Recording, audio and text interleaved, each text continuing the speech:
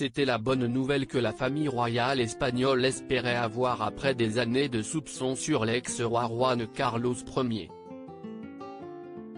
Ce dernier n'est plus poursuivi par la justice, après qu'elle a décidé de classer sans suite les 3 enquêtes qui visaient le père de Felipe V pour des affaires d'argent pas très nettes. À l'époque, pour échapper à l'opinion publique, Juan Carlos s'était exilé temporairement aux Émirats arabes unis, à Abu Dhabi plus précisément, pour plus de tranquillité en attendant que les choses se tassent. Mais alors qu'il est désormais libre de revenir en Espagne sans craindre la moindre interpellation, Juan Carlos a décidé de passer un peu plus de temps que prévu sur là-bas. Un choix qu'il a expliqué à son fils dans une lettre dévoilée par la Maison Royale: « Je préfère, pour l'instant, pour des raisons qui appartiennent à ma sphère privée et qui ne concernent que moi, continuer à résider de façon permanente et stable à Abu Dhabi », écrit-il.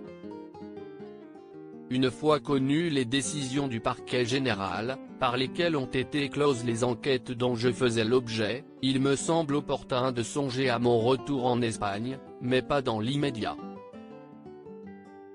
À 84 ans, Juan Carlos Ier explique avoir été très bien accueilli à Abu Dhabi et apprécier la nouvelle vie qu'il y mène depuis 2 ans. « J'ai trouvé la tranquillité, en particulier pour cette période de ma vie, bien que, naturellement, je reviendrai fréquemment en Espagne. » S'il a choisi de continuer de s'établir aux Émirats arabes unis, c'est principalement pour lui, évidemment, mais aussi pour le reste de la famille royale, éclaboussée par le scandale qu'ont causé les différentes affaires auxquelles il était mêlé. Je suis conscient des conséquences pour l'opinion publique des événements passés de ma vie privée et je les regrette sincèrement. Pour rappel, la justice avait soupçonné Juan Carlos d'avoir touché une commission, 100 millions de dollars, sur le contrat de construction d'une ligne ferroviaire reliant la Mecque et Médina.